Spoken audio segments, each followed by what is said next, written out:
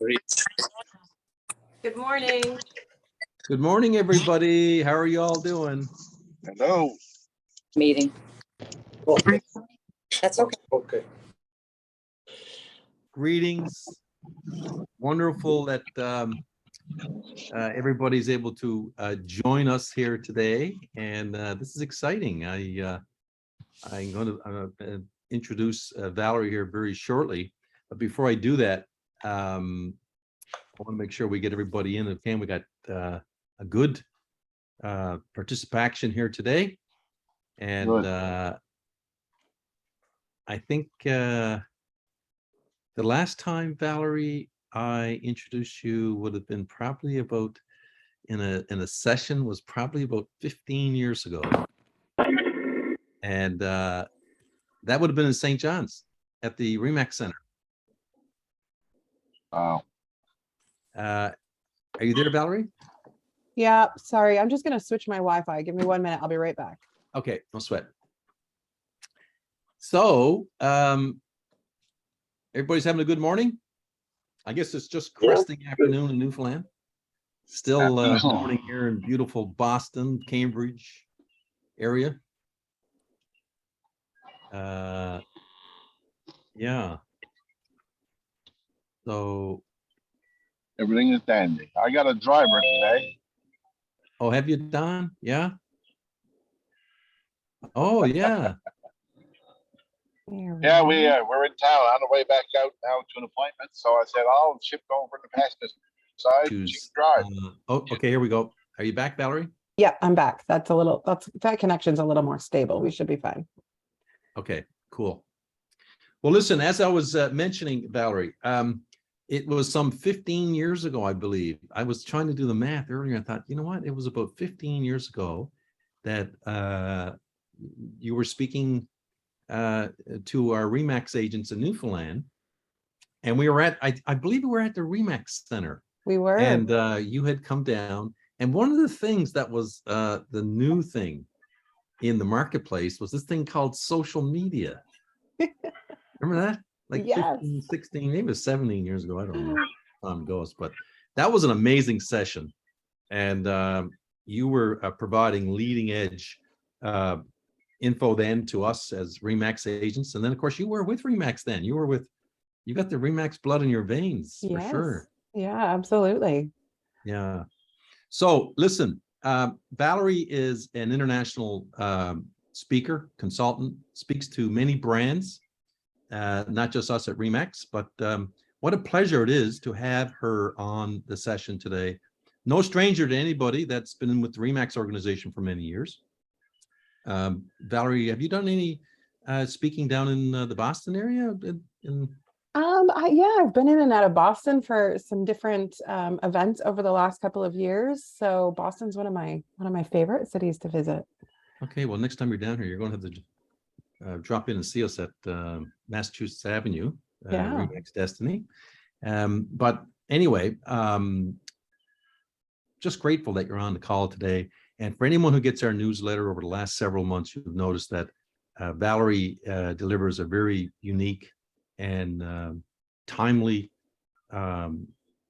message in the opening of our newsletter. So I want to welcome you, Valerie, into our session today on You Got Mail. It's an honor and a privilege to have you on, and we're excited about your message today. So this is recorded, so we'll be able to share it later. That's fine, Valerie. You're good with that? Yeah, absolutely. I think you'll just have to allow me to screen share. Yes, that would be important, wouldn't it? Sorry. It's okay. Okay, you are now co-host. There we go. Awesome. Alrighty. All right, Valerie, thank you so much. Well, I'm excited to be here. Good morning, everyone. I was telling Jim as we were starting, I happen to be in the world's smallest hotel room in California this morning. So I've got my computer set on the Kleenex box that's sitting on the side table. So, you know, these are the things we do to live on Zoom these days. But I'm excited to be with you and to talk to you about this topic. It is one of my favorites. As Jim was mentioning, I've been writing for your newsletter, but I've been sending out a personal newsletter, which I call my love letter, now for almost 7 years. And I've learned a ton, but more importantly, I'm at the point where nearly 50% of my business comes from my newsletter. And so I really believe in what I'm going to talk to you about today. I really believe that some of these lessons are really very powerful for our business. So we're going to talk about why email marketing, what we can do, where we can find all of the things that we put in our email newsletters, why we should be sending them, and then what we should be tracking. So let's dive in and I'll share that with you. Some of you are probably thinking, why are we still talking email? Email is one of those things that's so ancient. I remember the dial-up days, you've got mail, when mail seemed fun. And now we kind of open our email and we look at all of the crazy things in our inbox and think, oh, maybe we don't love email so much anymore. But I'm going to help you fall back in love with email and talk to you about why it's so important. So I want to start with 2 quick stats before we jump in today. 86% of business professionals, which is, most of our clients, prefer to use email when they're communicating, even though we kind of live on Facebook Messenger or WhatsApp or all of the, the social communication tools. 86% of us still say, email me. And 73% of millennials, even the youngs, really mostly say email is their preferred means of business communication. So we, again, we love the DMs and the private messages and the texts, but when it comes down to doing business, we like email. And so that's really important for us to remember, is that email is not dead. In fact, we saw a resurgence of email during the pandemic, where more people were signing up for email newsletters and subscribing to emails more than anything we've seen before. The last 2 years, we saw almost a 60% increase in subscriptions. So now's a really great time to launch an email newsletter if that's not something that you are doing. So the first thing I want you to do when you start thinking about sending newsletters is ask yourself, why are you doing this? And there are a bunch of suggestions here to 4 reasons, but the reality is we're all going to have our own reason. I started my love letter because I simply wanted a way to share good things with the people in my sphere and in my database. It wasn't really to try and get more business. It was simply, I had come across all these great stories every month and I want to share them. And so that's worked really well for me. But some of you will have some more specific reasons. The most important thing is that you have a reason. So you have that kind of benchmark of the reason why you're doing this every single month. There are a number of types of emails you could send. Like me, I send a monthly newsletter. Some people are really disciplined and they send weekly newsletters. Oof, when I first started, people said, are you going to do this every week? And I thought, that would be really hard for me to do consistently. So no, I'm going to do monthly. And that was a good decision for me. Some people do daily. I subscribe to a couple of daily newsletters and they're very short, maybe 1 paragraph every single day of a tip or some advice. And that's amazing. And I'm super impressed by people who are able to do that consistently. You might do long-term campaigns or short-term campaigns, or educational campaigns that are set for only a certain period of time. Maybe you're just in this to send, like me, some fun relationship builders.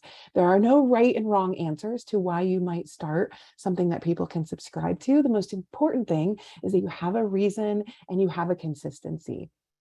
So the game plan we're going to talk to you about here for the next 30 minutes, who should you be sending to? What do you say when you send out email campaigns or newsletters?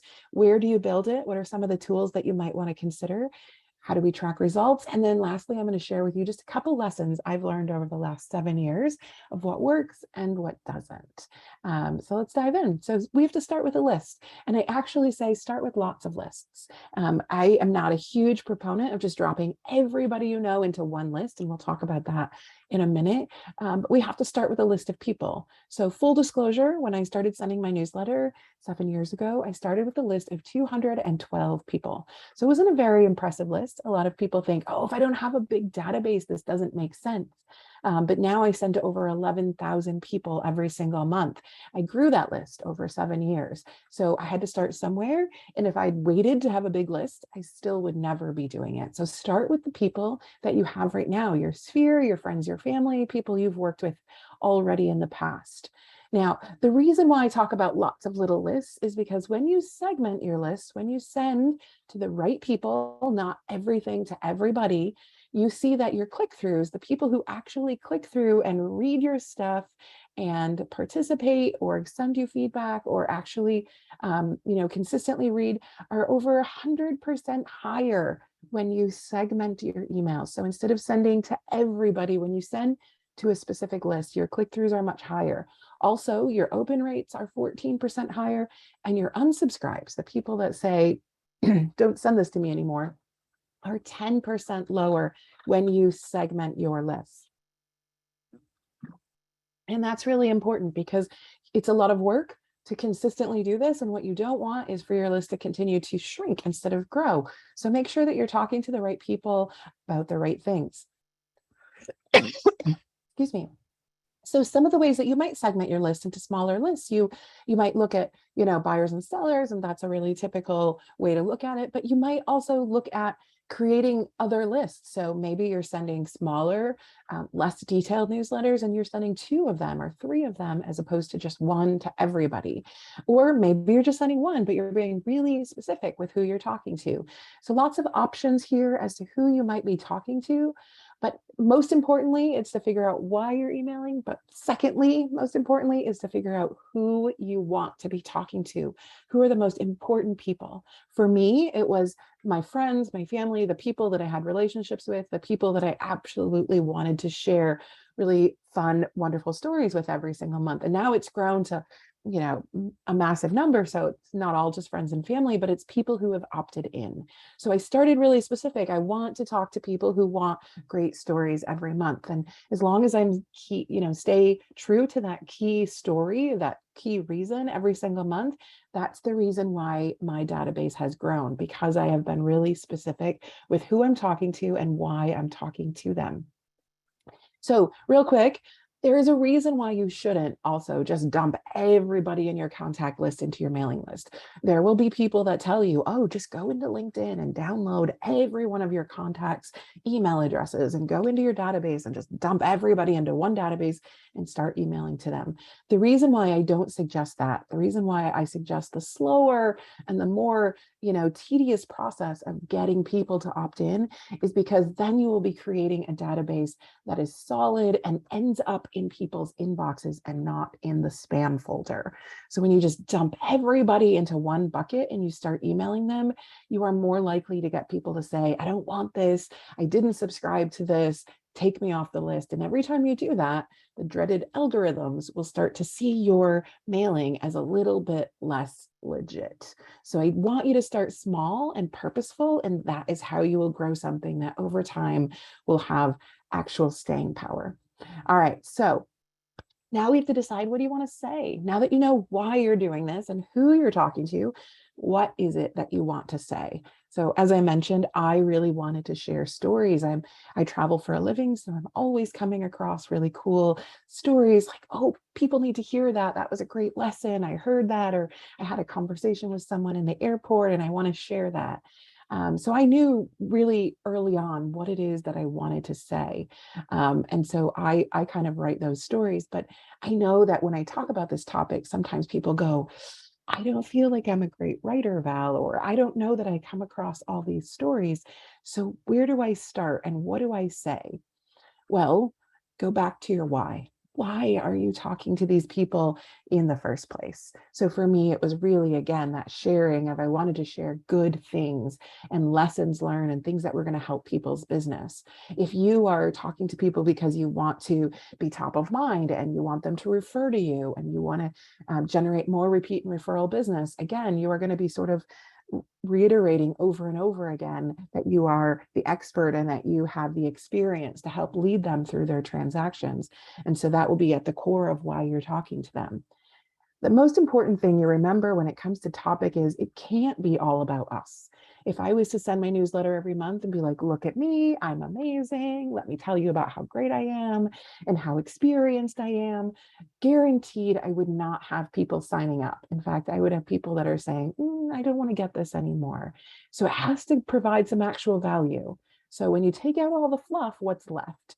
educate, tell them something they don't already know, inform them of things that are most important to them, engage with them, share something that will entertain them, maybe make them smile, make them think.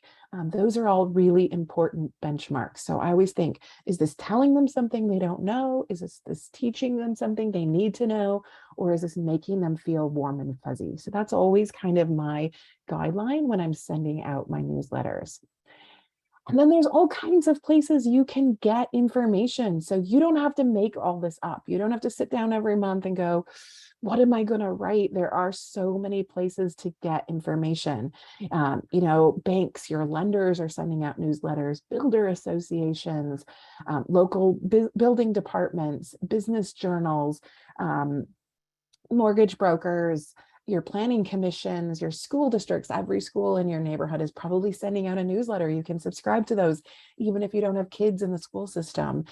You can be your title companies or your solicitors, your local employment agencies are always sending out interesting articles about what companies are growing and how, who they're hiring. So those are great opportunities to grab some content. Local newspapers. I always tell people the Census Bureau, and people kind of roll their eyes and go, that's so boring. But the Census Bureau sends out all kinds of really interesting stats and information on their website that they've gleaned from the census. So how we're growing and the kinds of people that are coming into our neighborhoods or our states or provinces. So how do we use that information and tell stories and to share that with our the community members that are in our newsletters. So there's all kinds of really great information out there. You don't have to come up with this on your own. I always tell people you don't have to necessarily create all the content. You just have to curate it. You have to create a space where you can put it all. And then the rest, you just kind of rip off and duplicate and share and add your own tone to. And tone is really important. So speaking of tone, it's critical as you're putting together your newsletter or the information that you're sending out to find your tone and stick with it. If you send a newsletter one month that's very serious and very business oriented and very like, here's some stats and graphs, and the next month you're telling jokes and stories and you're being a totally different person, people aren't necessarily going to anticipate your newsletters. They're not going to know what they're going to get. They're not going to know what they're going to achieve by reading them, and you're less likely to get engagement. So figure out your tone and stick with it. Early on, I decided that I wanted my newsletters to feel like love letters from me. So my newsletters come out and they sound very much like me. I'll use the words that I use, and when you read them, it will sound like I'm talking to you. And that's worked really well for me. So I would encourage you, whichever you choose, whichever tone, keep it consistent, be really intentional, and strike a professional and a personal balance. I talk about business, but I also talk about me and what makes me human. So figure out who you are out in the world and just be that in your newsletters. Don't feel like you have to try and be someone you're not or be someone else, because it's going to be difficult to be consistent when you're pretending. So find your tone and then use other people's words. So you can summarize articles, you can use quotes, you can say, look, I read this great article today and I'm sharing it with you, but I'm also telling you a little bit about what it made me feel or how it helped me.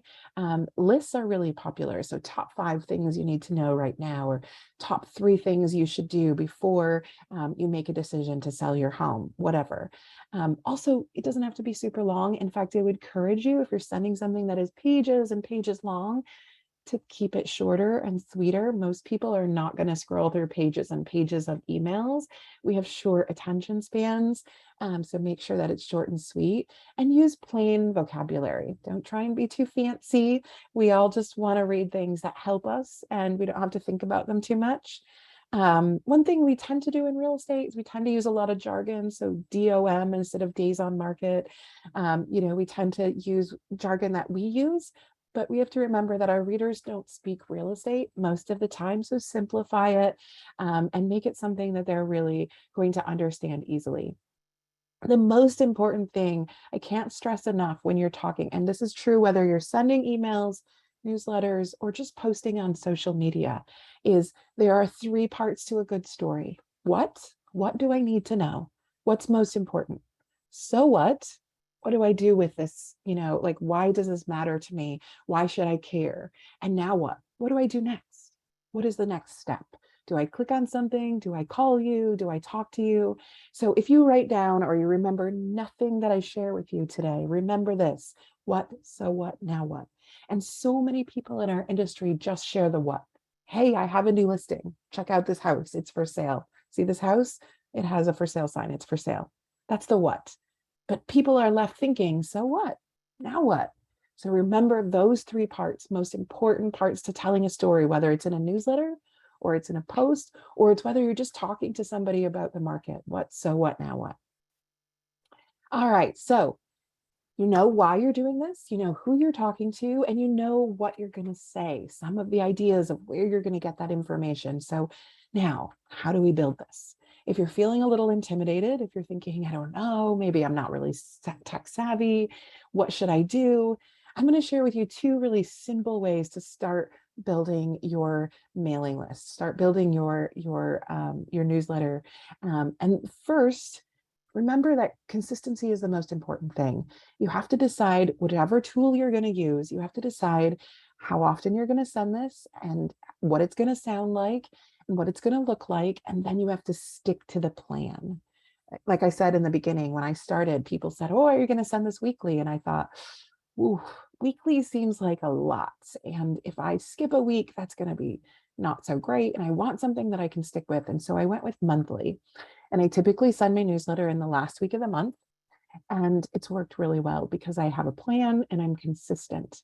So you could do, you know, one tip daily if that's what's, you know, if that's what's something you think you can stick with. You could send something weekly, you could send something monthly.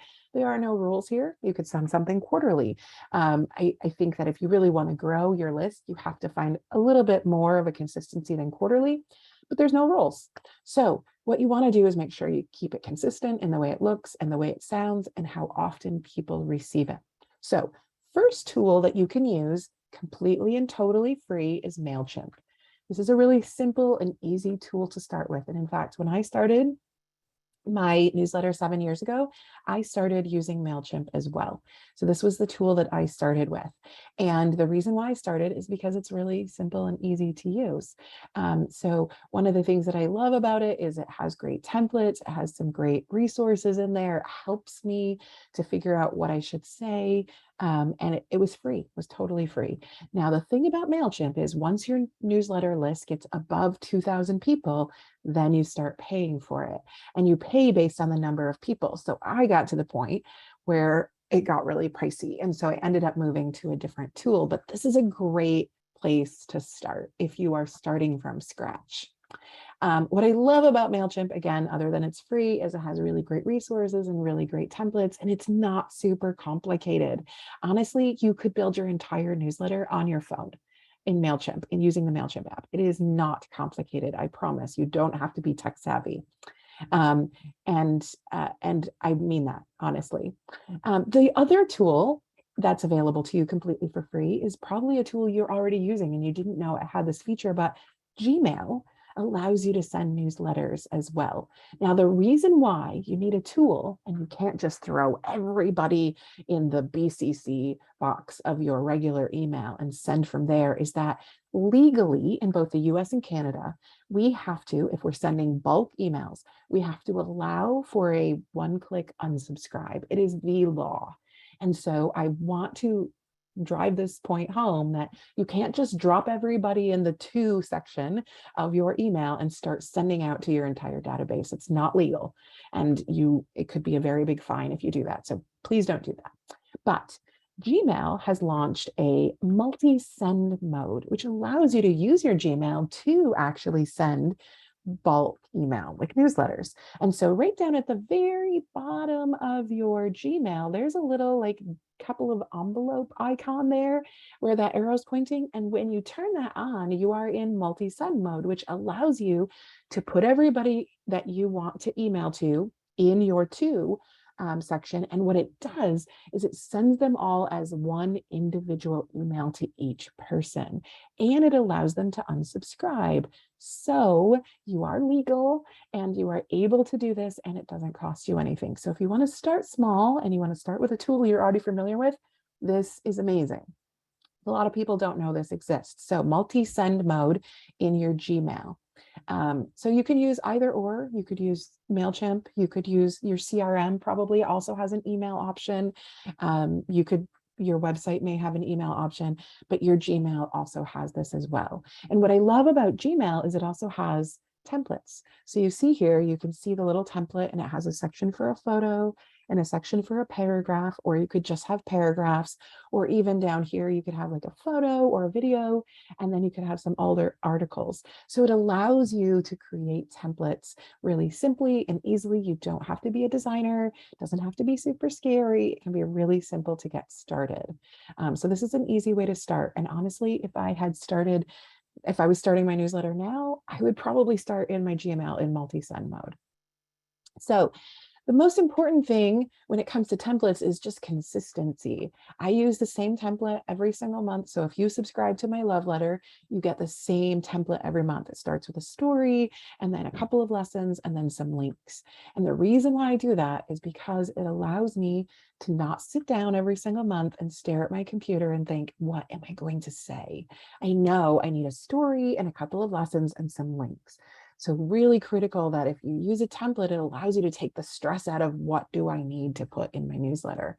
So templates are available in both MailChimp as well as in your multi-send mode in your Gmail. Now, I encourage you, when you use a template, to add a photo. Nobody wants to just see a whole bunch of text. Add some photo and shake it up, but don't steal your photos off of Google Images. That's also illegal, not a good place to grab images. So either use your own or use free ones legally. So there's a couple of options here on the screen that I'm sharing with you. Pexels. My personal favorite is Unsplash. I love the photos there. They are beautiful. They are high res. You don't have to worry about paying for them. You don't have to worry about using them. You can use them anywhere you want. They are free to use and you are not going to get into legal issues. So either use your own or use some free ones legally. Don't be stealing them off Google Images. But do add photos into your newsletters. Even just one photo at the top really sort of breaks it up and sets the tone. So whether you change that photo every month or you use the same photo every month, make sure that you are adding in some photos. And also encourage you to include links in your newsletter. So link is just simply like, click here to learn more, or check out the full download, or watch this video. And that link is what gives your email credibility. So we talk about the algorithms with people's internet service providers are looking at what they're opening. And the more they open it and the more they click on it, the more likely they are to get that in their inbox instead of it going into spam. So we don't want to end up in the spam folders. So link activity actually gives our mailing list credibility.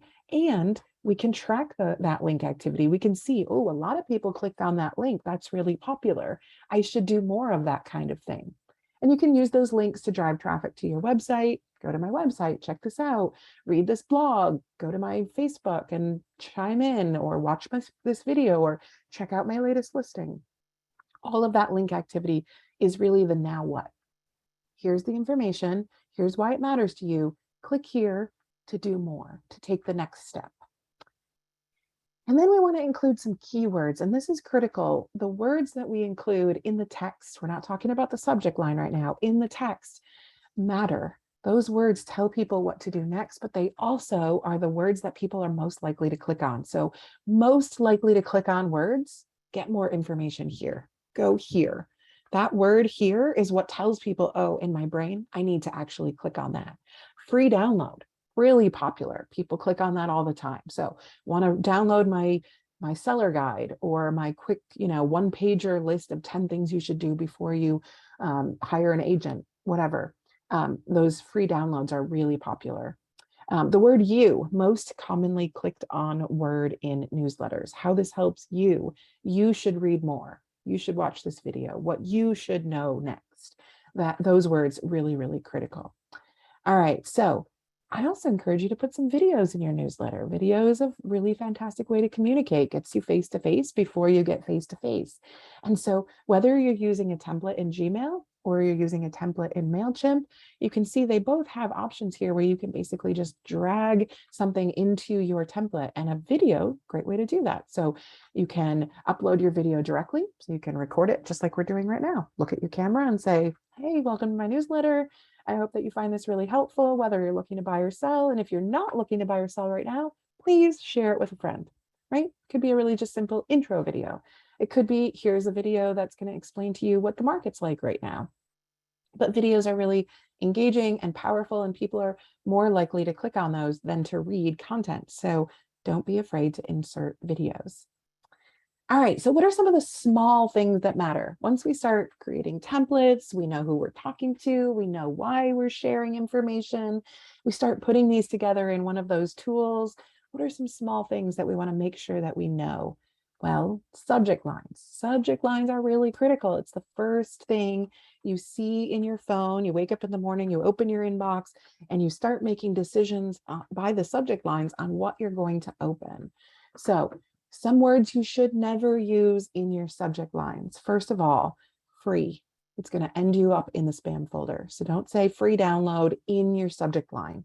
In the bulk of your email, absolutely. But in your subject line, it's a no-no. Offer, free offer is even worse. Now is also one of those words that's more likely to land you in the spam folder. For sale is almost 100% likely to end you up in the spam folder. So even if you're just sending emails to your prospects, or you are sending emails to leads that have emailed you about information, these are words you should never use. Even if it's not a newsletter, even if it's just emails, these are words that are going to end you up in the spam folder. More than 6 words is more likely to end you up in the spam folder, or in the sort of lower down in the totem pole of inboxes. Brackets have been really popular for the last couple of years. People would put a bracket in their subject line and put video in there, but those are now more likely to get you low inboxed, as the algorithms call it. They'll put you in the spam folder. But one of the things you should do, apparently right now, that's really hot, are emojis. People are more likely to open emails that have emojis in the subject line. So a smiley face, or the emoji of a house, or whatever it is. So you might want to consider using emojis in your subject lines. Keep them short and sweet. You're more likely to open those if they're short and sweet, or something that's intriguing, something that makes them think, I wonder what that is. So my love letters come out every month, and I include 3 words. They usually start with the same letter, and they're usually really random. It might be like elephants and energy and, essential things, whatever it is. Like I kind of always keep them sort of similar and interesting. People might look at them and think, wonder what that is. So don't be afraid to be a little bit intriguing with your subject lines, but do avoid those words that are going to land you in the spam folder. Now, one thing that I do love about MailChimp is that when you write a subject line, right underneath where you write the subject line, it has some little helpful hints. So there's that line there that says, how do I write a good subject line? When you click on that, it actually tells you words that will make a good subject line that are more likely to get your email opened. So you can drop your subject line in there and it will say to you, this is a good one, or this could use some help, or here's a way you might improve it. So I do love that about MailChimp, is that they actually tell you the subject line that is going to work best. And sometimes that's a really big help in the beginning of like, what's going to get my email opened? Once you do write your newsletter or your email, always, always, always preview and test it. You should never hit send without previewing and testing. Whenever I do this and I think, oh, okay, it's fine, I've checked it over, I've read it over, and I'm just going to hit send, I always find that spelling error or something's just not working properly, or it doesn't look right on my mobile device. So always preview and test, always, before you send. Just send yourself an email as a test and open it up, and open it on both your laptop and your phone. Make sure everything looks good. So test it first. And then a lot of questions that I get around scheduling are, Val, what time of day, or what day is best? Is there a better day of the week? Well, there actually are. Tuesday, surprisingly, is the best day of the week to send newsletters. Monday, everybody wakes up and they have a million emails and it can get lost in the mess. And then Friday, everyone's sort of like, okay, I'm over email. weekends, sometimes we tend to be a bit busy. And Tuesday or Wednesday, Thursday, the middle of the week is always a little bit better. I send my newsletter at 7:30 a.m.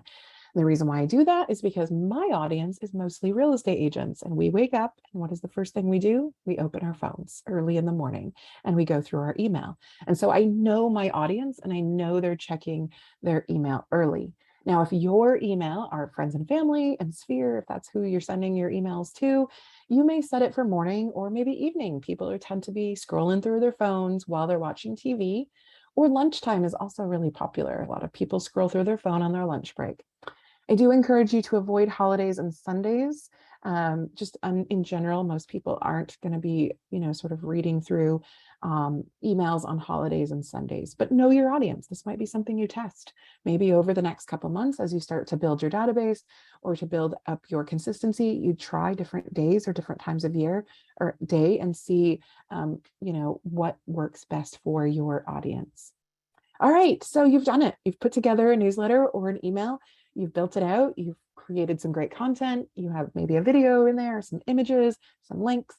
Now what? You've sent it. What do you do now? Well, all of the tools you use are going to want to encourage you to look at, the tracking. They're going to want to encourage you to go in and look at all of the options available, and they're going to give you all kinds of analytics. But I encourage you not to get lost in the analytics, things like bounce rate and all of those things. They mean nothing to you. There are a couple things you should watch though. Who opens your mail multiple times? When you see that and you realize, wow, they've opened this 6, 7, 8 times, they're reading it multiple times, they're sharing it with other people, it means something to them. So those might be the people that you ultimately reach out to, phone and say, hey, I sent out my email. Did you have any questions? Is this, something that was helpful to you? Like, are you thinking about buying or selling? People that open your content multiple times are typically interested in something that you're saying. Who's clicking your links and which links are getting clicked on most frequently? Those are really important. And then which are the links no one's clicked on? Those are important to look at as well. Now, a couple things that are really important here as we wrap up. Not everyone's going to love you. Some people are gonna, say this is terrible. It sucked. Unsubscribe me. Okay, great. See ya. Don't stress about those people. They are not your audience. The people who respond to you and say this was really helpful and I really love that, those are your people. So respond to them. Say thank you. I really appreciate that you're reading it. Please feel free to share it. And if someone says take me off your list, great. Take them off your list. Don't stress about it. And segment. If people say, oh, this really isn't something I'm interested in, great, drop them into a different list. So don't worry about the people that hate it. Talk to the people who love it. So last thing I want to share with you is just a couple quick lessons that I've learned over the last 7 years, what's worked and what doesn't. First of all, I never sit down and think, what am I going to write? I keep a file or a folder or a notes folder on my phone, and I constantly am dropping ideas in there. So I hear a story and I think, oh, I want to share that. I drop it into my notes folder. I never have to sit down and think, what am I going to write? Because I have a folder full of ideas. So save yourself the stress of figuring out what to write and just start compiling a folder. I have a folder on my desktop called Stuff, really creative. And I just drop stuff in there when it strikes my fancy, like, oh, I want to share that. So compile your ideas in advance. Secondly, use a template. The template you're looking at on your screen is the template from my love letter. I have some very, specific sections here. I include some of the same things every single time, and it makes me able to just know exactly what I'm going to say. I don't have to stress about it. So use a template. Don't reinvent the wheel every single month. Remember, too much is too much. You don't need to have pages of text. You don't have to include 17 stories and graphs. You don't have to have a lot of photos or a whole bunch of links. And you don't have to send, like every other day. Just choose a consistent pattern and stick with your template. If you stress about like what's too much, just tell one story about the market, share one story, and include a couple of links. You can always grow as your list grows. Just remember, you can never have too little, but you can always have too much. Lastly, don't take it personally. People are going to unsubscribe. I told you I started with 212 people. This is a screenshot of my actual MailChimp when I moved over to a different tool. You can see here that I'd had 9,731 people sign up at that point. That was amazing. But I also had 2,646 people unsubscribe. I had over 2,400 people that were like, Val, this is terrible. I don't want it. And that's okay. I celebrate that because those are people that don't want to hear from me and they put their hand up and said, don't send it. I took them off my list. So now I'm only talking to the people that do want to hear from me.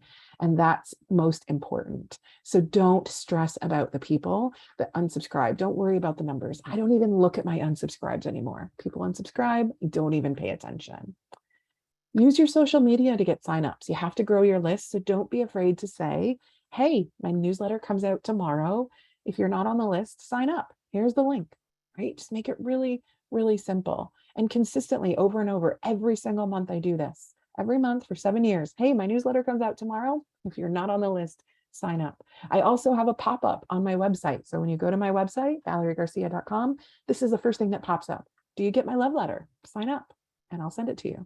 So don't be afraid to tell people about your newsletter. That's how you get people to subscribe. So you do have to market it a bit. And lastly, tell them what to expect when they're signing up. I loved this sign up screen.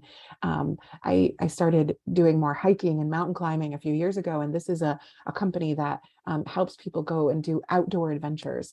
And when I found their newsletter, I loved that this little line said, sign up for a lighthearted weekly dose of adventure inspiration, new trips, exclusive invites, gear reviews, practical advice, and the odd nice surprise, and zero spammy nonsense. It told me right away what I could expect and what I could not expect. And so I try and be really clear when I tell people, sign up for my newsletter. I share stories that are going to make you smile and help you grow your business. So really clear of what people are signing up for. And when they've clearly signed up for something they want, they are less likely to unsubscribe. So don't be afraid to tell people what it is and what it isn't. But most importantly, have fun. There really are no rules when you're sending newsletters. Just share something that makes you smile. Share something that made you think. Chances are, if it made you smile or made you think, or it taught you something, it will do the same for others. So don't worry about other people's newsletters or what they're doing. Just find your own rhythm and stick with that. Okay, so a little bit of homework as I leave you today. Create your list. Get your people together. It doesn't have to start as a big list. It could be 10 people. Start with your list. Use a tool, whichever tool you choose. Decide why you are going to be communicating, and then start curating content. What is it that those people most need to hear from you? Choose a template, build your email, test it, and then send it. And then follow up and repeat. It doesn't have to be overcomplicated. It doesn't have to be scary. You can start small. You could start with a list of 10 people and it will grow over time. But most importantly, be consistent and share something that is meaningful to the people that you are emailing. But most importantly, just start. So if you want an example, you can go to my website, valeriegarcia.com, sign up for my love letter. You'll see mine. It comes out every month. You'll get it next week. And you can use it as inspiration. But before I let you go, any questions, anything I didn't answer that I can help with? Now's your opportunity. Hey, Sage here. I have a quick question for you. Yeah, Sage, go for it. First off, amazing job on the presentation. I was blown away. I've actually been doing newsletters myself for about 7 years, and I feel like I learned so much. So thank you. That was really good. Good. I'm so glad it was helpful. So my question is, I think one thing that I sometimes struggle with is like, I have a lot of ideas about what I think my clients want. I think I have some good ideas, some whatever ideas. How do you go about getting feedback from your newsletter? I mean, occasionally I have clients like reach out to me cold, but outside of that, have you ever done polls? Have you ever done anything else to kind of try and get feedback to continue to iterate and improve what you're putting out there? Yeah, it's a great question. And I found that the easiest way to get feedback is ask for it. Sounds so silly, but right in my email newsletter, I'll say something like, like, are you loving this? Or what are you thinking about this right now? Or is this, do you want to see more of this? Reply, just hit reply and let me know. And one that tells them like that reply is going to come directly to me. Like I send this myself. So just hit reply and tell me, or hit reply and tell me if you think this is terrible and you want less of this. And when I do that every time, I get replies. So just ask for it. I mean, polls are great. You could drop a little survey link in there for sure. But you could absolutely just say, hey, if you want more of this, just reply. Or if you have specific questions or things you want me to talk about, just hit reply to this email and let me know. I get lots of responses that way. Thank you so much. You're welcome. Anyone else? Any other questions, thoughts? All right. Valerie, thank you. Listen, 86% people use email. There is a huge message in that, Mhm. right? And Yeah. start small, like you said. Yeah, absolutely. I think that was my Yeah. biggest thing is at first I was like, I only have 212 people. Can I actually do this? Yeah, Yeah, you can. I mean, Totally. 212 to over 11,000. So it's the first step, right? You got to make that first step. You'll never get the second base unless you take your foot off first base. That's right. So you got to make that step, and so important. Small, start small. Mhm. Slow is smooth, and smooth is fast. But you got to start. That's You know the what I thing. loved about starting small, Jim, was like in the beginning, I thought it's okay if I make mistakes because only 200 people are going to know, and I'm going to learn now with a small group rather than like, oh my gosh, like the pressure of 11,000. It was actually great to start small. They were my friends and my family. They were going to be more forgiving. So don't be afraid to start small. Yeah, that's a great advice. Really is. And so what? Now what? I mean, think about that. That's a big. And I love all the. I got some great notes. I love all your suggestions, and I think this is a video that you need to watch again. I'm so glad that we taped it and are able to share it with everybody. And it's wonderful, Valerie. Really grateful for you coming on and sharing all this knowledge today. It's going to help well, us I'm tremendously. happy to help. This is a topic I really believe in and has absolutely grown my business. 50% of my income comes from my newsletter at this point. So I really believe if you are consistent and you have consistency in your tone and who you're talking to and the reason why, this will grow your business. Yeah, absolutely. Absolutely. Are there any other questions for Valerie before we let her go? Tamla, you got, yeah? I'm muted, I think. Okay, let me just unmute you there. I think, Oh, maybe you were unmuted. are you able to unmute? Ask to unmute. Okay. No, we can't hear you. Okay, can you hear me now? Yeah. Okay, so Valerie, great to meet you. Thank you so much for putting this together, Jim. So I started doing newsletters before email applications even started. So we won't say how long that's been, but I was doing the print version, then I was doing print and email, and then I went to email. And if anyone is hesitating, two things help me solidify never stopping email newsletters. One is if social media goes down or social media becomes really difficult or things happen with your Facebook or Instagram pages. So that's number one. And then number two is anytime I get feedback, anytime someone responds to that newsletter and reaches out and comments on the content, I am like skipping around the house going, yippee! Because to get people to give you feedback, like Sage was asking, I do ask for it, but to get it unsolicited, just to have them comment should tell you you're doing the right thing. So just keep going. So really awesome. Thank you. Yeah, I agree on both of those points. When you get the feedback of like, this was really helpful, I loved it. Oh, it's like somebody just handed you the biggest chocolate bar in the world. Like, it's so wonderful. But you're so right. People leave social media, they decide to take a break, they quit Facebook, but your newsletter mailing list is gold, right? You always have that. So I totally agree. It is such a valuable thing. Yeah. Okay. Wonderful. Thanks to Tamla for that wonderful observation and the importance of having a newsletter. It's, as we're finding out, I would rank it right up there with oxygen. How's that? Wow. Pretty important to Yeah, add to the life success of absolutely. our career. Melvin has a question. Hi, Melvin. It's more of a, how you doing? It's more of a comment, and thank you very much. Great presentation. I appreciate everything you said. You're right on point. I actually use a newsletter that actually will tell me who's clicked on what link.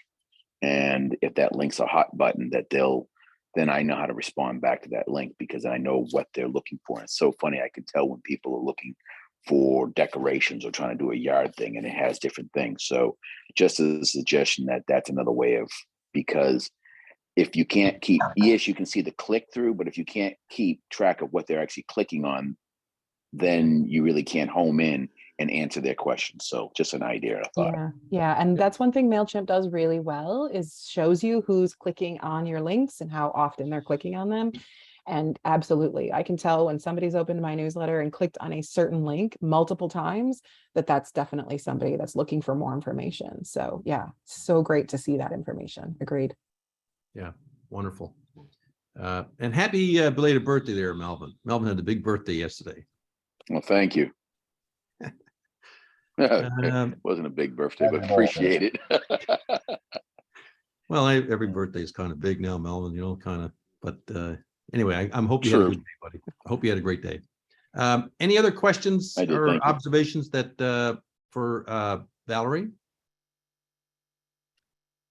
If not, we're I'd gonna just let like you to say enjoy. it was Oh, a great job. go ahead, Don. Valerie. It was really good. I wasn't aware of the Gmail thing that you had talked about. We're able to send out bulk emails, but I am familiar with MailChimp, and it's a great way to start. Mhm. MailChimp has, I think, you up to 2,000 emails a month free, Yep. and great way to start. And the analytics are, as you said, fabulous. Yeah, absolutely. Great Yeah, it's a job. I great way love to the way you presented this and the preparation. It was really good. Oh, thank you. And Jesse, who's asking, would sharing information from books be okay? Absolutely. Yeah, books, shows you've watched, anything. You could just put a little quote in there, make sure you attribute it, put the author's Yeah. name and say, hey, like I read this paragraph and it was super impactful to me and I thought I'd share it. You don't have to come up with all the information. I share a lot of stuff like, hey, I learned this, or I heard this from this speaker, or I listened to this podcast. Yeah, absolutely. Sharing is great. So share away. Yeah. It's so important to be the source of the source. That's right. I always Be the say, source of the source. don't just be the source, be the sorter, right? Tell them why Yeah. it matters. Yeah. Yeah. Yep. Mhm. Okay. Valerie, thank you so much. We've been almost an hour here now. I want to grateful for you to come on and share all this with us. And I think I'm going to listen to this presentation again. And I got lots of notes, but you always pick up these nuggets, So thank you so much for sharing your knowledge with us today. Enjoy the great California and the, how long are you over there for? I am just here today and tomorrow. I have an event tomorrow and then I get to go home. I've been on the road for 3 weeks. So I'm excited to go goodness. home. I'm excited to go back to the fall colors and the cool weather and so. Okay, well, enjoy California, safe travels. And Thank a big you. thank you to you and to everybody that came on today to listen in. Thanks Thank for having you. me. Happy selling. Thanks again, Valerie. Bye, everyone. Bye-bye. Bye-bye.